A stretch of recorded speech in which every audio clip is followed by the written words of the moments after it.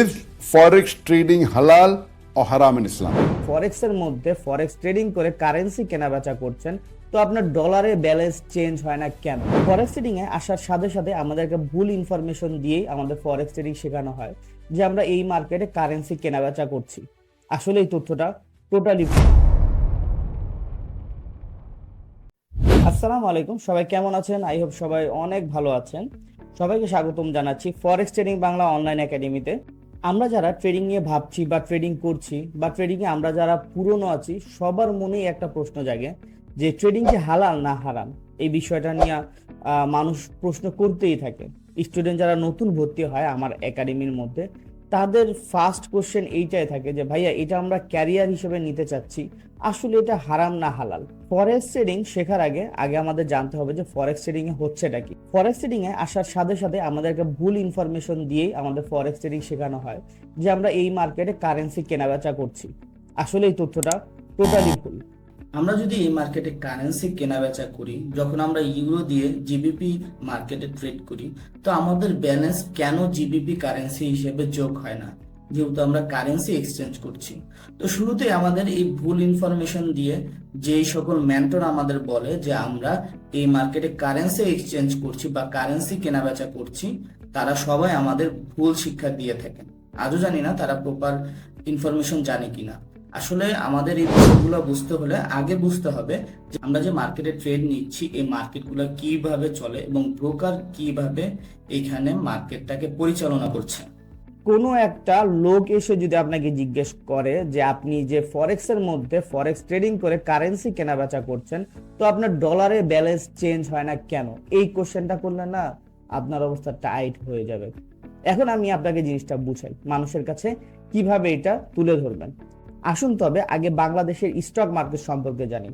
আমরা যখন বাংলাদেশের কোনো স্টক মার্কেটে ইনভেস্ট করতে যাই, যেমন সেটা হতে পারে কোনো কোম্পানি, যেমন গ্রামীণফোন, স্কোয়ার ফার্মাসিউটিক্যালস, রবি, ওয়ালটন, ব্র্যাক ব্যাংক, ভেক্সিনকো কোম্পানি এবং আরো অনেক কোম্পানি আছে যেখানে বাংলাদেশ স্টক এক্সচেঞ্জের মধ্যে আমরা কি করতে পারি, সেই কোম্পানির মধ্যে ইনভেস্টমেন্ট করতে পারি।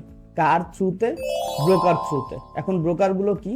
আমরা যেই ব্রোকার হাউস থেকে মার্কেটের ভোলাটিলিটি দেখে, ভোলাটিলিটি কোনটা, মার্কেটের ভ্যালু বা মার্কেটের যে চার্ট আছে সেই চার্ট দেখে আমরা চার্টের এগেনস্টে ওই ব্রোকারের আন্ডারে টাকা ইনভেস্টমেন্ট করি। ফরেক্সের মধ্যে আমরা সেম কাজটি করি, অনলাইন ব্রোকারের থ্রুতে আমরা টাকা ডিপোজিট করি। এখন কথা হচ্ছে আমরা এখানে কিভাবে হালাল হারাম প্রমাণ করব। এখন আসুন একটা কথা বলি, স্টক মার্কেটে যখন আপনি টাকা ইনভেস্টমেন্ট করেন বা টাকা ইনভেস্ট করতে যান, তখন একটা ব্রোকারের থ্রুতে আপনি ওই কোম্পানির শেয়ার কিনেন। সেক্ষেত্রে আপনাকে বলা হয় যে আপনি ওই কোম্পানির এত পার্সেন্ট শেয়ার কিনলেন ওই ভ্যালু হিসেবে, ওই কোম্পানির এত পার্সেন্ট শেয়ার কিনলেন মার্কেট ভ্যালু দেখে। সেম ওয়েতে আমি যখন ফরেক্সে কোনো কারেন্সির উপরে ইনভেস্টমেন্ট করব, তখন সেই কারেন্সির ভ্যালু দেখে আমরা ইনভেস্টমেন্ট করি। ডলারের সাথে আমরা যে কোনো কারেন্সি, যেমন ইউরোতে জিবিপি, সিএইচএফ এবং অন্যান্য অনেক কারেন্সি আছে, যেই কারেন্সিগুলোর ভ্যালু আমরা অনলাইন মার্কেটে দেখতে পাই।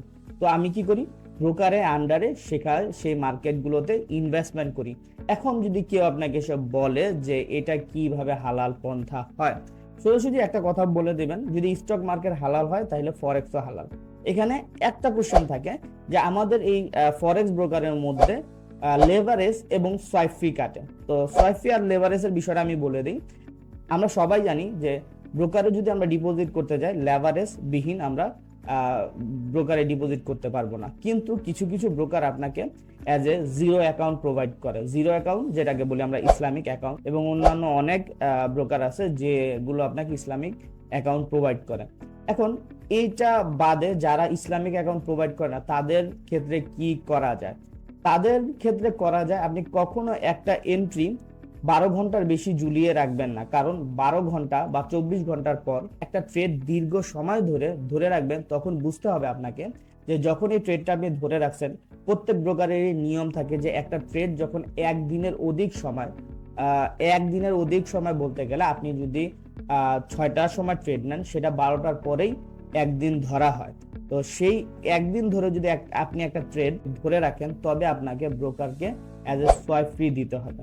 একবারে সহজ ভাষায় বুঝিয়ে বলতেছি, ধরেন আপনি একজন ব্রোকার, আপনি একটা নিয়ম আমাকে বেঁধে দিলেন যে একদিনের অধিক সময় ধরে যদি কোনো এন্ট্রি আপনি লং টাইমের জন্য হোল্ড করে রাখেন, সেক্ষেত্রে আমাকে আপনার লস হোক বা লাভ হোক, সেক্ষেত্রে আমাকে প্রত্যেক দিনের জন্য 33 সেন্ট, $1 বা একটা অ্যামাউন্ট বললেন যে পার ডে এর জন্য আমাকে এতটা সোয়াইপ ফি দিতে হবে, মানে এতটা সুদ দিতে হবে আমাকে। তো এই বিষয়টা ইসলাম শরীয়তে কখনোই বৈধতা নেই। তো আমরা এরকম ভাবে ট্রেড করব যেখানে সুদের কোনো লেনদেন না হয়। আমরা এটার জন্য বাঁচার জন্য কি করতে পারি? আমরা যখনই ট্রেড নিব, আমরা চেষ্টা করব একটা দিনের অধিক সময় যেন আমাদের ট্রেডটা কন্টিনিউ না করি, এবং ট্রেডিং এর মধ্যে যখনই ট্রেড করবেন এমন পর্যায়ে ট্রেড করবেন আপনার যেন সোয়াইপ ফিটা না ঢুকে, বা আপনার জন্য যেন সোয়াইপ ফিটা অ্যাড না হয়, যেহেতু আমাদের সোয়াইপ ফি ইসলামে হারাম। আর যেই সব ব্রোকার আপনাকে অ্যাজ এ প্রোভাইড করে যে ইসলামিক অ্যাকাউন্ট দিবে, তো সেক্ষেত্রে আপনি চাইলে ওই ইসলামিক অ্যাকাউন্টগুলো ব্যবহার করতে পারেন।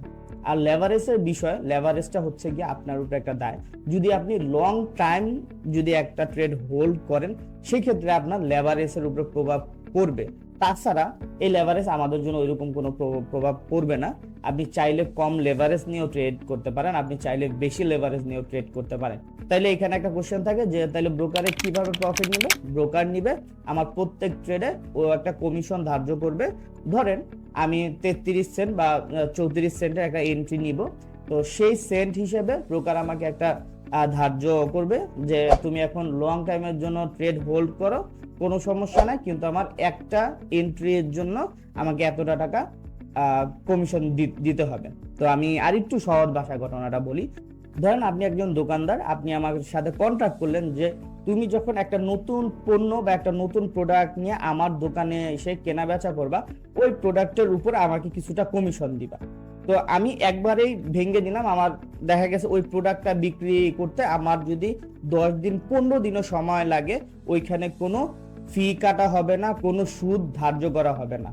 তাইলে দাঁড়ালো কি, আমি যদি 10,000 টাকারও ব্যবসা করি বা 20,000 টাকারও ব্যবসা করি, আপনি শুধু আমার থেকে অ্যাজ এ কমিশন ভিত্তিক একবারই নিবেন। আমার এটা 10 দিন বা 15 দিনেও যদি সময় লাগে, সেই সময়টার উপরে আপনি কোনো টাকা ধার্য করবেন না, বা কোনো সুদ এখানে অ্যাড করবেন না যে 10 দিনও যদি হোল্ডে রাখো আমার ট্রেডটা, তবে আমাকে সুদ দিতে হবে। তো এই বিষয়টা মাথায় রেখে যারা ট্রেডিং করতেছেন তারা অবশ্যই সোয়াইপ ফি ভাবে ট্রেডিং করবেন। পারলে কমিশন ভিত্তিক ব্রোকার নেন, যারা শুধু কমিশন ভিত্তিতে আপনার থেকে প্রফিট নিবে। এতে আপনারা অনেকটা হালাল ভাবে উপার্জন করতে পারবেন। এখন ইসলাম শরীয়তে অনেক নিয়ম কারণ আছে, এই অনেক নিয়ম কারণের মধ্যে কিভাবে আপনি সহি শুদ্ধভাবে ট্রেডিং করার চেষ্টা করতে পারেন সেটা আপনারা চিন্তা ভাবনা করেন। আর আজেরা মানুষের সাথে ঝগড়াঝাটি করার দরকার নাই, ট্রেডিং হারাম না হালাল ডাইরেক্টলি বলে দিবেন। যদি স্টক মার্কেট হালাল হয় তাহলে ফরেক্স ট্রেডিংও হালাল, শেষ কাহিনী। এখানে কারোর সাথে তর্ক বিতর্ক করার কোনো দরকার নেই। আপনার কাছে যদি মনে হয় স্টক মার্কেট হারাম, তো ট্রেডিং করেন না, ট্রেডিং বাদ দেন, এত তর্কের দরকার নাই। জাস্ট এইটুকু বোঝার চেষ্টা করবা যে আমরা ফরেক্স মার্কেটে একটা ব্রোকারের থ্রুতে ইনভেস্টমেন্ট করি, স্টক মার্কেটেও একটা ব্রোকারের থ্রুতে ইনভেস্টমেন্ট করা হয়। তো এইখানে ফরেক্স মার্কেটে যখন আমি ট্রেড নেই, ওইটা ব্রোকারের থ্রুতে আমি একটা কারেন্সি বা একটা পেয়ারের মধ্যে ট্রেড নেই। আমার যদি ওই পেয়ারের ভ্যালু যদি বাড়ে, সেক্ষেত্রে আমি প্রফিটেবল হই। স্টক মার্কেটেও সেম, যখন আমি ইনভেস্টমেন্ট করি, সেই ইনভেস্টমেন্টের উপরে যদি মার্কেটের ভ্যালু বাড়ে, সেক্ষেত্রে আমি প্রফিট করব, নয়তো আমার লসে যাবে। দোনোটাই সেম, শুধু এখানে পার্থক্যটা কি, শুধু সোয়াইপের একটু ঝামেলা আছে। সোয়াইপের ঝামেলাটা আমি ভাঙাই দিলাম। তো তর্কাতর্কির দরকার নাই, ট্রেডিং করো ট্রেডিং এর মতো, কারণ ট্রেডিং থেকে আগে প্রফিট ইনকাম করতে হবে, তারপর এই টুকটাক বিষয়গুলো নিয়ে ঘাটাঘাটি করো। যদি আমার কথা তোমার ভালো না লাগে, তুমি আরো ঘাটাঘাটি করো, বিষয়টা জানো যে আসলে এটা কিভাবে করে। আজকাল মার্কেটে ট্রেডারের থেকে মেন্টরই বেশি। তো আমি জানি না যাদেরকে আমি দেখতেছি অনলাইনে মেন্টর হিসেবে, তারা আজও রিয়েলে ট্রেড করে কিনা। তাদের থেকে চাইলে তাদের বিরুদ্ধে কথা বলা যায়, তো আমি ওই কথা বলতে চাই না, কারণ আমি আমার নিজের কাজেই সবসময় মনোযোগী থাকতে চাই। ভালো থাকবেন, সুস্থ থাকবেন, আবার দেখা হবে পরবর্তী ভিডিওতে। অবশ্যই ইম্পর্টেন্ট ভিডিও নিয়ে আসবো, সাথেই থাকার চেষ্টা করবেন। আল্লাহ হাফেজ। Assalamu alaikum. Wa alaikum assalam wa rahmatullahi wa barakatuh. I am Tawfiq Imaj, a student from Dhaka, Bangladesh. A similar question is asked by Abdur Rahman. He's from Pakistan. Is forex trading halal or haram in Islam? A similar question is again asked. Assalamu alaikum. I am Sayyid Aftab, an accountant from Riyadh, Saudi Arabia. Sir, I hope you're doing great. Yes, Alhamdulillah. My question is regarding forex trading online. Sir, is it halal or haram to trade in forex, that is euro, US dollars, Japanese yen, Canadian dollar, etc., through online broker? If a broker claims he is offering Islamic account, sir, I love you for Allah, thank you. I love you too. The basic question is forex trading permitted? Is forex trading in foreign currency like USD, US dollars, in sterling pounds, in Japanese yen, is it permissible? Can you do forex trading online through a broker, etc.? As far as forex trading is concerned, as far as buying foreign currency and selling it, if you do not break any rules of the Sharia, if you follow all the rules of the Sharia and you're within the rules of Sharia as far as trading is concerned, it is permissible. For example, insurance per se is not haram. But the conventional insurance is haram because it involves interest, it involves gambling, it involves things which are not sure. So if it doesn't involve gambling, doesn't involve riba, doesn't involve unsurety, if it's takaful, it's permissible. But generally, trading in foreign currency and making a profit without involving haram activities, it's permissible. Stay away from the haram activities, it's fine. Hope that answers the question.